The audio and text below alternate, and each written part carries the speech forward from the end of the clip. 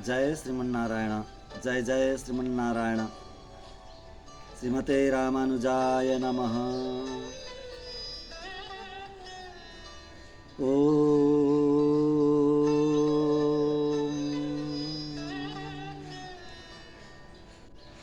काश्यपान्मय संजातं नारायण परासितं श्रीमन्नारायणं वन्दे यतीश्वर श्रियाजुषम्। वेदान्तद्वयतत्त्वज्ञं मन्त्रमन्त्रार्थदं गुरुं श्रीमन्नारायणाचार्य रामानुजयतिं भजे।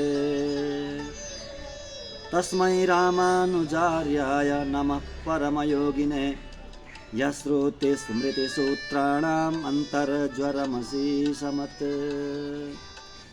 वृन्दावनान्तर्गतं बलिनोऽनुजातं नीलर्षभावपशुमध्यगतं दिदेक्षुः। दृष्टस्त्वया किमिति आह सखी जनं सा गोदा स्वयं रमयते तुयरङ्गराजम्। गोदा विभूषणसुरम्यवराभिधानं वृन्दावनावनिनिधिं करुणैकतानम्। अर्चावतारनिचयेऽपि च यत्प्रधानं तदरङ्गदेशिकधनं शरणं शराणि। तदरङ्गदेशिकधनं शरणं शराणि। ॐ सहना भवतु सहनौ भुनक्तु सह वीर्यङ्करवावहै तेजस्विनामधीतमस्तु मा विद्विषावहै। ॐ शान्ति शान्ति शान्तिः। हरिः ॐ।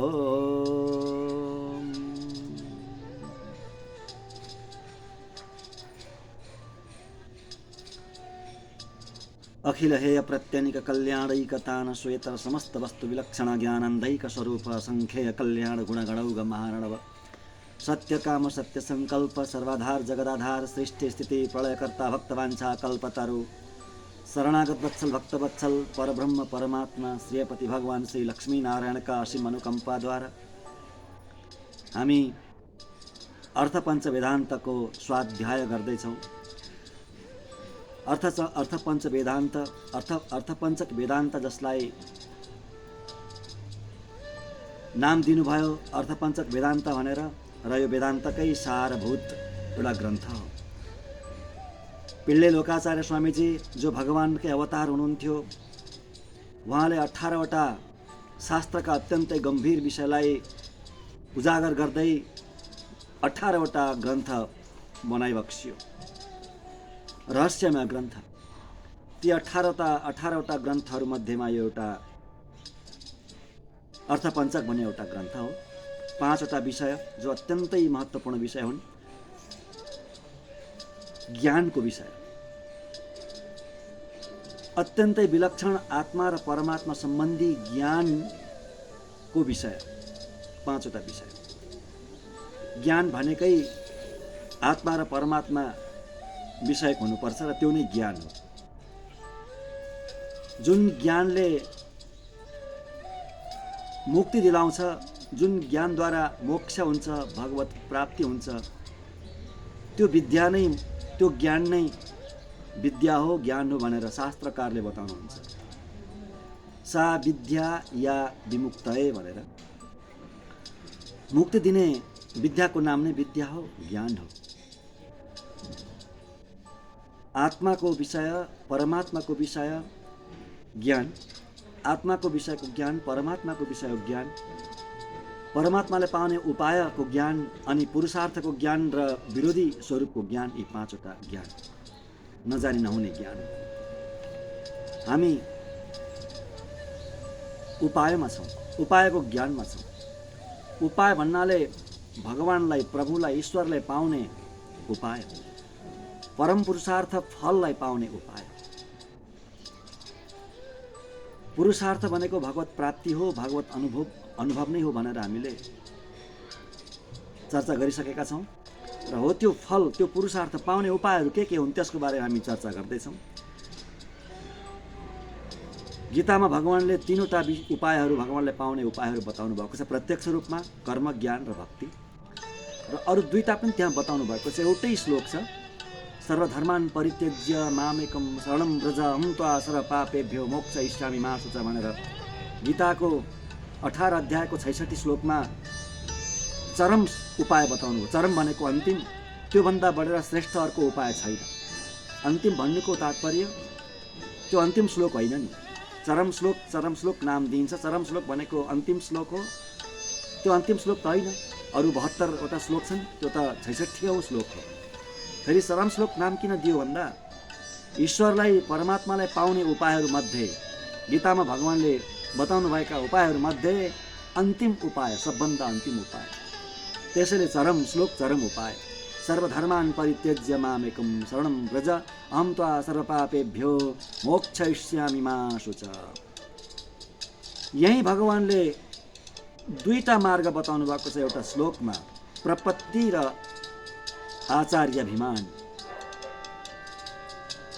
उपाय 5वटा हुन्छन् भनेर पहिला बताइसक्नु भएको छ लोकाचार्य स्वामीजीले। कर्म, ज्ञान, भक्ति, प्रपत्ति र आचार्य अभिमान, आचार्य अनुभव, आचार्यको अभिमान, यी 5वटा उपाय। कर्म, ज्ञान र भक्ति तीनवटा उपाय गीतामा प्रत्यक्ष देखिन्छन्, देखिने गरी बताउनु भगवानले। र त्यो एउटा श्लोकमा अरू दुईटा उपाय बताउनु भयो, प्रपत्ति भनेको शरणागति र आचार्य अभिमान। आचार्य अभिमानको बारेमा हामी चर्चा गर्नेछौँ अन्तिममा। आचार अभिमान भनेको के हो भन्दा आचार्यलाई नै, गुरुलाई नै ईश्वर मान्नु, त्यही नै हो। त्यसको बारेमा हामी चर्चा गर्छौँ। र यसरी हामी अहिले उपायको चर्चा गर्दैछौँ, प्रभुलाई पाउने उपाय। त्यसमा पनि कर्म योग, त्यसको बारेमा चर्चा गरिसकेका छौँ भाग 9मा। अब आज हामी ज्ञान योगको बारेमा चर्चा गर्छौँ। कर्मयोग ज्ञान योगको सहकारी हुन्छ, सहयोगी हुन्छ र ऐश्वर्यको, सम्पत्तिको प्रधान साधन बन्छ भनेर पनि हामीले चर्चा गर्यौँ। ऐश्वर्य, सम्पत्ति, माथिका लोकहरूको, स्वर्गादी लोकहरूको लागि कर्मै गर्नुपर्छ, राम्रो कर्म गर्नुपर्छ, पुण्य कर्म गर्नुपर्छ, त्यसैले प्रधान साधन हुन्छ यो। र ज्ञानको लागि ईश्वर प्राप्तिमा लगाउने त्यो कर्मलाई हो भने, ईश्वर प्राप्तिको साधनको रूपमा मान्ने हो भने, ईश्वर प्राप्तिको साधनको बुद्धिले त्यो कर्मलाई गर्ने हो भने ज्ञान योगको सहकारी बन्छ। यतिसम्म हामीले चर्चा गऱ्यौँ। अब ज्ञान योग भनेको ज्ञानी भन्ने, ज्ञानद्वारा भगवानमा जोडिनेको नाम ज्ञान योग। योग भनेको नै जोडिनु, ईश्वरसँग जोडिनु, आत्मा र परमात्माको मिलन हुनुको नाम योग हो। र ज्ञानद्वारा ज्ञानी बनेर, शास्त्रजन्य ज्ञानी बनेर, शास्त्रको ज्ञानी बनेर अथवा भगवान सम्बन्धी ज्ञानको ज्ञानी बनेर, आत्मा र परमात्माको ज्ञान सम्बन्धी ज्ञानी बनेर भगवानसँग जोडिनुको नाम नै ज्ञान योग हो। अब यो ज्ञान योगलाई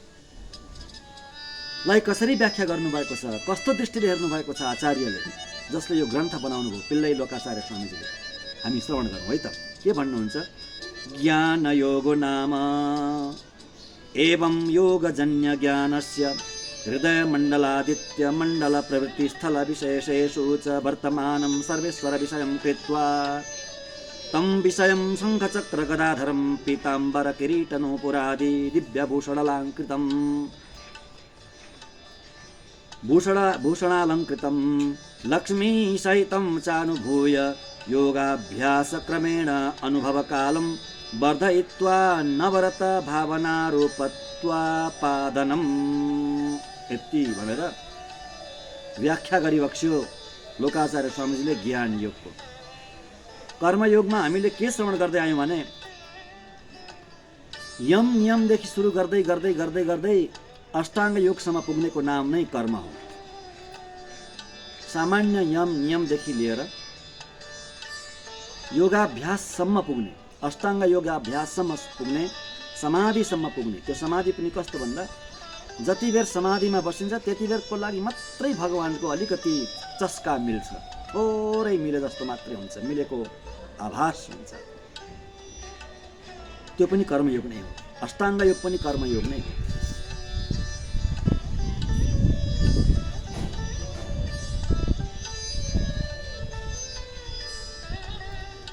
भगवत प्राप्तिको लागि गरिन्छ अष्टाङ्ग योग, त्यो भगवत प्राप्तिको लागि कर्मयोग भयो र अन्य स्वर्गादि फलको लागि ऐश्वर्य प्राप्तिको लागि पुण्य कर्म गरिन्छ भने त्यो अर्कै संसारी कर्मयोग भयो। हेर्नु, त्यसैले त भन्नुभयो नि, ऐश्वर्य प्राप्तिको लागि प्रधान साधन यदि स्वर्गादि प्राप्तिको लागि ऐश्वर्य प्राप्तिको लागि कर्मको साधना गरिन्छ भने र अष्टाङ्ग योग आदि कर्म गरिन्छ भगवत प्राप्तिको लागि भने त्यो ज्ञान योगको सहकारी बन्छ। त्यति नै हो, बुझ्नु पर्यो। यसरी अष्टाङ्ग योगद्वारा भगवत प्राप्तिको लागि जुन कर्म गरिन्छ त्यो कर्मद्वारा ज्ञान उत्पन्न हुन्छ। अब हामी ज्ञान योगमा प्रवेश गर्दैछौँ। त्यो कर्म सकेर कर्मयोगलाई पुरा गरेर कर्मद्वारा अब योग कर्मद्वारा अष्टाङ्ग योगद्वारा ज्ञानको उत्पत्ति हुनुपर्छ। एवं योगजन्य ज्ञानस्य, योगले उत्पन्न भएको ज्ञानद्वारा त्यो ज्ञानले के हुन्छ भन्दा हृदय मण्डलादित्य मण्डल प्रवृत्ति स्थल विशेषो विशेषेषो, हृदय मण्डलमा ज्ञान प्रकट हुनु पर्यो, प्रभुको ज्ञान प्रकट हुनु पर्यो। हृदय मण्डलमा ज्ञान रहने ठाउँ कहाँ हो भन्दा हृदय नै हो, हृदय मण्डल हो। हृदय भनेको त्यो मुटु होइन, मुटु मात्रै होइन, मुटु त एउटा पिण्ड मात्रै हो। त्यो मुटु रहने ठाउँमा एउटा मण्डल हुन्छ जसलाई हृदय आकाश भनेर नामाकरण गरेको छ शास्त्रले। हृदय आकाश, हृदय मण्डल, त्यो हृदय मण्डलभित्र हृदय आकाश हुन्छ जसलाई आदित्य मण्डल भन्नुभयो। आदित्य मण्डल हो, त्यहाँ आत्माको वास हुन्छ र त्यही आत्माभित्र परमात्मा बस्नुहुन्छ। आत्मा परमात्माको वास कहाँ हुन्छ भन्दा आत्मा र परमात्माको वास आफ्नै हृदयभित्र, हाम्रै हृदयभित्र हृदय आकाशमा हुन्छ। त्यसैले गीतामा भन्नुभयो नि, ईश्वर सर्वभूतेषु हृदयेषु न तिष्ठति। समस्त प्राणीहरूको हृदयमा नै ईश्वरको वास हुन्छ। त्यही ईश्वर बस्ने ठाउँको नाम हो हृदय मण्डल र आदित्य मण्डल। त्यहाँ ज्ञान प्रकट भइसकेपछि त्यहाँ के देखिन्छ भन्दा ज्ञान योगद्वारा अब देखिन्छ, के देखिन्छ? वर्तमानम सर्वेश्वर विषयम कृत्वा, त्यहाँ वर्तमान हुनुभएका, त्यहीँ बस्नुभएका प्रभु सधैँ सदा सर्वदा त्यहीँ त बस्नुहुन्छ। हृदय मण्डलभित्र आत्माभित्र बस्नुहुन्छ, आत्माभित्र परमात्मा रूपले बस्नुहुन्छ भगवान। त्यस्ता प्रभुलाई त्यहाँ वर्तमान भनेको सधैँभरि रहने भगवान, त्यहीँ रहने भगवान, कहिले पनि छोड्नुहुन्न प्रभुले। आत्माभित्र बस्ने प्रभुले पनि कहिले छोड्नुहुन्छ र कहिले पनि छोड्नुहुन्न। संसारमा रहँदा पनि, विभिन्न योनिमा जाँदा पनि, स्वर्गादि फल प्राप्त गर्नको लागि, स्वर्गादि फल भोग्नको लागि स्वर्गतिर जाँदा पनि, नरकतिर जाँदा पनि प्रभुले कहिले पनि छोड्नुहुन्न, साथमै बस्नुहुन्छ। वर्तमानम सर्वेश्वर विषयम, सर्वेश्वर भनेको भगवान श्रीमन् नारायणको नाम हो। सर्वेश्वर को भन्दा सर्वेश्वर लक्ष्मीपति श्रीपति भगवान नारायण नै सर्वेश्वर हुनुहुन्छ। शास्त्रले निर्णय गरेको, आचार्यले निर्णय गरेको। भगवान नै नारायण नै ब्रह्म हो भनेर सबभन्दा पहिला कसले निर्णय गर्नुभयो? शङ्कराचार्य, आदि गुरु शङ्कराचार्यले। त्यसैले यो जगतमा आउनुभएका प्रथम वैष्णवाचार्य को भनेर कसले प्रश्न गर्छ भने म भन्ने गर्छु शङ्कराचार्य। पहिलो वैष्णवाचार्य शङ्कराचार्य हुनुहुन्छ, जसले नारायणलाई, विष्णुलाई परब्रह्म परमात्मा स्थापित गरेर जानुभयो आफ्ना भाष्यहरूमा। उहाँ नै पहिलो वैष्णवाचार्य हुनुहुन्छ। त्यस्तो सर्वेश्वर भगवान नारायणलाई विषय बनाउने, हृदयमा विषय बनाउनुपर्छ ज्ञानद्वारा। त्यसरी भगवान हृदयको विषय भगवान सर्वेश्वरलाई बनाइसकेपछि तम विषयम, अब त्यो कस्तो विषय? यहाँ विषय मात्रै भन्नु पहिला, त्यस्तो विषयलाई सर्वेश्वर मात्रै भन्नुभयो। सर्वेश्वरलाई विषय बनाएर अब त्यो विषय चाहिँ को हो त भन्दा अब बताउनुहुन्छ। कस्तो विषय हुनुहुन्छ भन्दा तम विषयम, कस्तो विषय हुनुहुन्छ भन्दा शङ्ख चक्र गदाधरम, पहिलो असाधारण चिन्ह, ब्रह्मको असाधारण चिन्ह भनेको, पहिलो असाधारण चिन्ह भनेको शङ्ख चक्र। जसले शङ्ख र चक्रलाई धारण गरेको छ त्यो नै ब्रह्म हो। अनि जो लक्ष्मीको पति छ त्यो नै ब्रह्म हो। असाधारण चिन्ह भनेको, ब्रह्मको असाधारण चिन्ह भनेको शङ्ख चक्र धारण गर्ने र लक्ष्मीको पति हुने। शङ्ख चक्र धारणम र लक्ष्मी पतित्वम,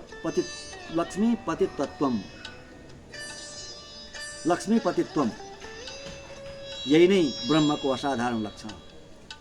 शङ्ख चक्र गदाधरम अनि पिताम्बरधारी, किरीट नुपुरादि, किरीट भनेको मुकुट, अति नै सुन्दर मुकुट, नुपुर लगाउनु भएको छ भगवानले, आदि आदि दिव्य भूषणालङ्कृतम, आदि असङ्ख्य त्यस्ता सुन्दर कल्याणमय दिव्य आभूषणले अलङ्कृत भगवान को त भन्दा लक्ष्मी सहितम, एक्लै होइन, एक्लै चतुर्भुज भगवानको मात्रै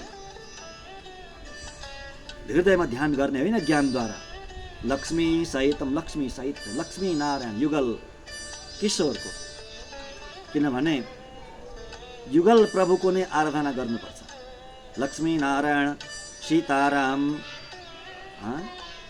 अनि राधा कृष्ण, यसरी युगल प्रभुको, युगल सर्वेश्वरको, युगल दिव्य दम्पतिको आराधना गर्ने शास्त्रमा विधान छ र ज्ञानीहरूले पनि त्यही बताउनुहुन्छ।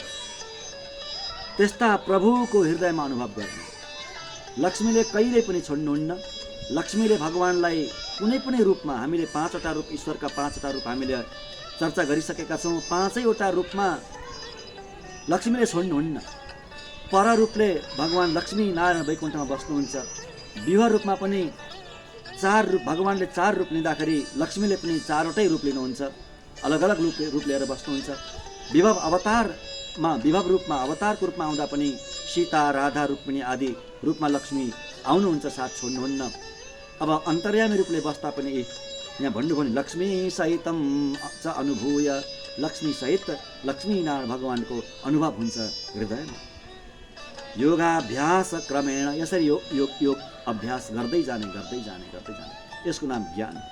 हृदयमा यसरी कर्मयोग पुरा भइसकेपछि, अष्टाङ्ग योग सिद्धि हुँदै गइसकेपछि भगवान लक्ष्मी नारायणको निरन्तर हृदयमा अनुभव गर्नु, भाव रूपी आँखाले, भावले हृदयमा हेर्नुको नाम नै, त्यसैको नाम ज्ञान योग हो र त्यसैको नाम ध्यान पनि हो।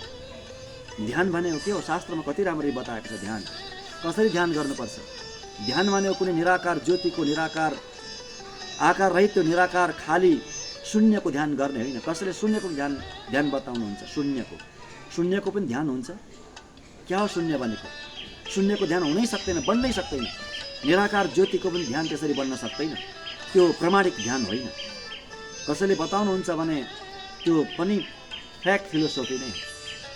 फेक फिलोसोफी, असत्य दर्शन, सत्य दर्शन होइन। श्रीमद् भागवत भन्दा बढेर अर्को दर्शन कुनै छ र? भागवत, श्रीमद् भागवत त वेदान्तको पनि अन्त, वेदान्तको पनि अन्त। अन्त भनेको यहाँ अन्तिम भन्ने अर्थ हुँदैन। अन्तिम, अन्त भनेको निर्णयको नाम हो। निर्णय, समस्त वेदको निर्णय वेदान्त, वेदान्तको पनि निर्णय हो श्रीमद् भागवत। श्रीमद् भागवतमा ठाउँ ठाउँ ध्यानको विधि बताउनुहुन्छ शुकदेव महाराजले। सबैभन्दा पहिला त हेर्नु, श्रीमद् भागवतको दोस्रो स्कन्द, द्वितीय स्कन्दको 2 अध्यायको 8औं श्लोकदेखि ध्यान योग बताउनुहुन्छ। परीक्षित महाराजले प्रश्न गर्नुभयो, धारणा के को गर्ने? धारणा के को गर्ने? उत्तरमा शुकदेव मुनिले बताउनु भयो, यो ब्रह्माण्डलाई नै प्रभुको रूप भनेर धारणा गर्ने। पहिला समस्त ब्रह्माण्डलाई, यो देखिएको ब्रह्माण्डलाई प्रभुको रूप हो भनेर, विराट रूप हो भनेर धारणा गर्ने। त्यस पछाडि अगाडिको ध्यान बताउनुहुन्छ, सूक्ष्म ध्यान कति सुन्दर बताउनुहुन्छ। भगवान लक्ष्मी नारायणको चतुर्भुजको ध्यान बताउनुहुन्छ। त्यहाँ अध्याय 2 को 8औं श्लोकदेखि सुरु हुन्छ। 8औं श्लोकदेखि सुरु गर्नुहुन्छ, साह्रै सुन्दर। त्यस्तै अर्को तृतीय स्कन्धमा पनि कपिल भगवानले बताउनुहुन्छ देवहूति महारानीलाई, अष्टाङ्ग योगको बारेमा। त्यो 28 अध्याय पुरै ध्यान योगको बारेमा बताउनुहुन्छ। सञ्चिन्तयत् भगवतः चरणारविन्दम भनेर यसरी भगवानको अवयवको, भगवानको स्वरूपको चिन्तन गर्नु, भावनाले हृदयमा देख्नुको नाम नै त ध्यान हो नि त वास्तवमा। त्यस्तै अनि अर्को 4 स्कन्धमा ध्रुवजीलाई नारदजीले ध्यानको उपदेश गर्दा पनि त्यस्तै उपदेश गर्नुहुन्छ। यही हो प्रमाणिक ध्यान भनेको, शास्त्रले आज्ञा गरेको बताएको प्रमाणिक ध्यान भनेको। लक्ष्मी नारायणको चतुर्भुज भगवानको रूपको ध्यान गर्नु नै त्यो ध्यान हो। त्यति मात्रै कहाँ हो। मैले अघि पनि भनिहालेँ हजुरहरूलाई, सबभन्दा पहिलो वैष्णव आचार्य भनेको शङ्कराचार्य हुनुहुन्छ। उहाँले गाउनुभएको भज गोविन्दम कति दिव्य छ। मलाई लाग्छ त्यति सुन्दर, त्यति दिव्य स्तोत्र त अन्यत्र बनेकै छैन होला सायद। त्यति दिव्य, त्यति सुन्दर स्तोत्र भज गोविन्दम। कस्तो ज्ञान, सामान्य ज्ञान दिँदै दिँदै कस्तो ईश्वरको, कस्तो ब्रह्मको स्वरूपको निरूपण गर्नुभएको छ। ज्ञेयं गीता नाम सहस्रम, ज्ञेयं गीता नाम सहस्रम, ध्येयं श्रीपतिरूपजस्रम, ध्येयं श्रीपतिरूपमजस्रम। यहाँ बताउनु भएन र? ध्येयं श्रीपति रूपम। के को ध्यान गर्ने भन्दा श्रीपतिको ध्यन गर्ने। श्रीपति भनेको लक्ष्मी नारायण होइन र? लक्ष्मी नारायण भगवानको ध्यान गर्ने। कसरी गर्ने भन्दा अजस्रम, निरन्तर गरिरहने। यसरी लक्ष्मी सहितम प्रभुलाई हृदयमा अनुभव गरेर योगाभ्यास क्रमेण, योगा अभ्यासद्वारा क्रमैले अनुभव कालम वर्धयित्वा भन्नुभएको छ। अनुभव काललाई बढाउँदै जाने। सुरुमा त एउटा झल्का मात्रै आउन सक्छ, अनि त्यो झल्का कई दिनसम्म, कई महिनासम्म नआउन सक्छ, वर्षौँसम्म पनि नआउन सक्छ। ध्यानको अलिकति आफूलाई पनि के अनुभव भएकोले गर्दाखेरि हजुरलाई आफ्नो अनुभव पनि बताउँदैछु। एउटा झल्का आउँछ हो कि जस्तो, त्यो पनि पुरा होइन, हो कि जस्तो। फेरि त्यसैलाई पाउनको लागि कति प्रयास गरे पनि फेरि पाइँदैन, कति महिनौभित्र जान्छ, फेरि हुँदैन। त्यसैले यो ज्ञान योग कति कठिन हो। कर्मयोग कति कठिन, ज्ञान योग पनि त्यस्तै कठिन हो, धेरै कठिन। कई युगभित्र जान्छ त्यो समाधिमा पुग्नको लागि, त्यो सिद्धिमा पुग्नको लागि कई जन्म भित्र जान्छ। अनुभव कालम वर्धयित्वा, निरन्तर त्यो अनुभवको काललाई बढाउँदै जाने र अखण्ड समाधिको स्थिति आउँछ। आउन त नआउने होइन, त्यो सत्य हो। परन्तु त्यो हजारौँ युग पनि बित्न सक्छ त्यो स्थितिमा पुग्नको लागि। हजारौँ लाखौँ जन्म पनि बितेर जान्छन् त्यो स्थितिमा पुग्नको लागि। साह्रै कठिन हो। वर्धयित्वा, त्यो बढाउँदै गएर कुन अवस्थामा पुग्ने भन्दा अनवरत भावना रूप, त्यो भावना, त्यो भाव अखण्ड मैले भित्र मेरो हृदय आकाशभित्र लक्ष्मी नारायण भगवानलाई देखिरहेको छु झलझली भनेर, त्यो भावमा पुग्नको लागि, अखण्ड दर्शन गर्नको लागि धेरै समय लाग्छ। र त्यो भावनामा पुग्नुको नाम नै ज्ञान योग हो। भावना रूपत्वा पादकम, त्यसैको नाम नै ज्ञान हो, ज्ञान योग हो। र अति नै कठिन छ। कर्मयोग पनि भगवान श्रीहरिसँगै जोडिएको छ। निष्काम कर्म गर्दै जाने, कर्मको फल भगवान श्रीहरिमा समर्पण गर्दै जाने। त्यहाँबाट त्यो सिद्धि हुन्छ, सिद्धि भएर परमात्मालाई पाइन्छ, त्यसको नाम कर्मयोग हो। अनि यसरी ज्ञान योगद्वारा, कर्मयोगद्वारा कर्म सिद्धि भइसकेपछि ज्ञानको स्फुरण हुन्छ, ज्ञान जागृत हुन्छ। अनि त्यो ज्ञानद्वारा अष्टाङ्ग योग सिद्ध भएर भगवान श्रीहरिलाई, श्री लक्ष्मी नारायणलाई निरन्तर हृदयमा देखिन्छ, त्यसको नाम ज्ञान योग हो। अब कर्मयोग जसरी ज्ञान योगको सहचारी भए जस्तै, यो कर्मयोग ज्ञान योगको सहचारी भए जस्तै, सहकारी भए जस्तै, सहयोगी भए जस्तै, ज्ञान योग भक्ति योगको सहयोगी बन्छ भनेर यहाँ लेख्नुहुन्छ। अयञ्च भक्ति योगस्य सहकारी कैवल्यस्य प्रधान साधनम भवेत्। अनि कैवल्यको प्रधान साधन बन्छ। हेर्नु, कर्मयोग के को प्रधान साधन हुन्छ हामीले चर्चा गरेका थियौँ। ऐश्वर्यको प्रधान साधन ज्ञान योगको सहयोगी र ऐश्वर्यको प्रधान साधन भए जस्तै यो ज्ञान योग भक्ति योगको सहकारी सहयोगी र कैवल्य मोक्षको प्रधान साधन बन्छ। कैवल्य मोक्षको बारेमा हामीले चर्चा गरिसकेका छौँ। आत्मालाई मात्रै प्राप्ति हुने त्यो अवस्था, आत्माको मात्रै अनुभव हुने त्यो अवस्था, आत्मालाई पाउने त्यो अवस्था, त्यसको नाम हो कैवल्य मोक्ष। त्यसको प्रधान साधन हुन्छ। किनभने ज्ञानद्वारा प्राय आत्मासम्म मात्रै पुगिन्छ। सिद्धि भएपछि पनि आत्माको अनुभव हुन्छ ज्ञानद्वारा। यो भयो हाम्रो ज्ञान योग, प्रभुलाई पाउने ज्ञान योग। एकभन्दा अर्को अलिक श्रेष्ठ र अलिक केही मात्रामा सुगम पनि हुन् यी उपायहरू। कर्मयोगभन्दा अलिक श्रेष्ठ र अलिक सुगम ज्ञान योग, ज्ञान योगभन्दा अलिक श्रेष्ठ र अलिक सुगम भक्ति योग। परन्तु त्यति सजिलो छैन भक्ति योग पनि। नाम मात्रै भक्ति भक्ति भन्न मात्रै सजिलो भक्ति, तर अति नै कठिन छ। के लेख्नुहुन्छ? भक्ति योगो नाम। भक्ति योगको व्याख्या गर्दै अब बताउनुहुन्छ, वर्णन गर्दै बताउनुहुन्छ लोकाचार्य स्वामीजी। तैरधारावत् अविच्छिन्न स्मृति सन्तान रूपानुभवस्य प्रीतिरूपापन्नत्वापादनं तत्स्वरूपे विचारिते प्रारब्ध कर्म निवृत्त्योपैकतया साधन साध्यनुष्ठाय तत्संकोच विकासोपयोगी परिणामकरणम्। भक्ति भनेको के भन्दा सजिलो हो। सजिलो व्याख्या, भक्तिको सजिलो व्याख्या, सजिलो अर्थ के हो भन्दा प्रेम। भक्तिको सजिलो अर्थ प्रेम, प्रीति। कसमा? ईश्वरमा, प्रभुमा प्रीति हुनु, प्रभुमा प्रेम हुनु नै भक्ति हो बस। परन्तु त्यो प्रेम, त्यो प्रीति कस्तो हुनुपर्छ भन्दा यहाँ लेख्नुहुन्छ तैलधारावत् अविच्छिन्न स्मृति। तैलधारावत् भनेको तेलको धारो। तेलको धारा यसरी झार्दाखेरि त्यहाँ कुनै छिद्र हुँदैन, छिद्र देखिँदैन, कसरी अखण्ड झरेको हुन्छ त्यस्तै स्मृति अखण्ड।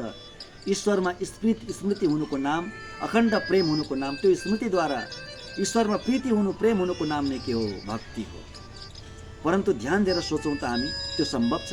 अखण्ड एक निमेष तक, एक परमाणुको समयसम्म पनि त्यो टुट्नु भएन। त्यो स्मृति, प्रभुको स्मृति, प्रभुमा प्रेम सुतेको अवस्थामा पनि टुट्नु भएन, स्वप्नमा पनि टुट्नु भएन, कुनै बेला पनि त्यो प्रीति त्यो टुट्नु नै हुँदैन। त्यो सम्भव छ? सोच लिनु, त्यो सम्भव छ? क्वाइट इम्पोसिबल, सम्भव छैन। त्यसको नाम भक्ति हो।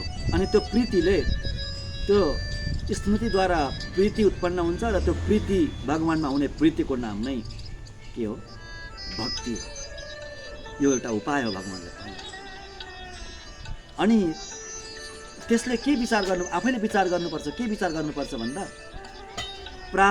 म यो भक्तिद्वारा प्रारब्ध कर्मलाई निवृत्ति गर्छु, यो प्रारब्ध कर्मलाई नाश गर्छु अनि प्रभुलाई पाउँछु भन्ने त्यस्तो बुद्धि रहन्छ यसमा।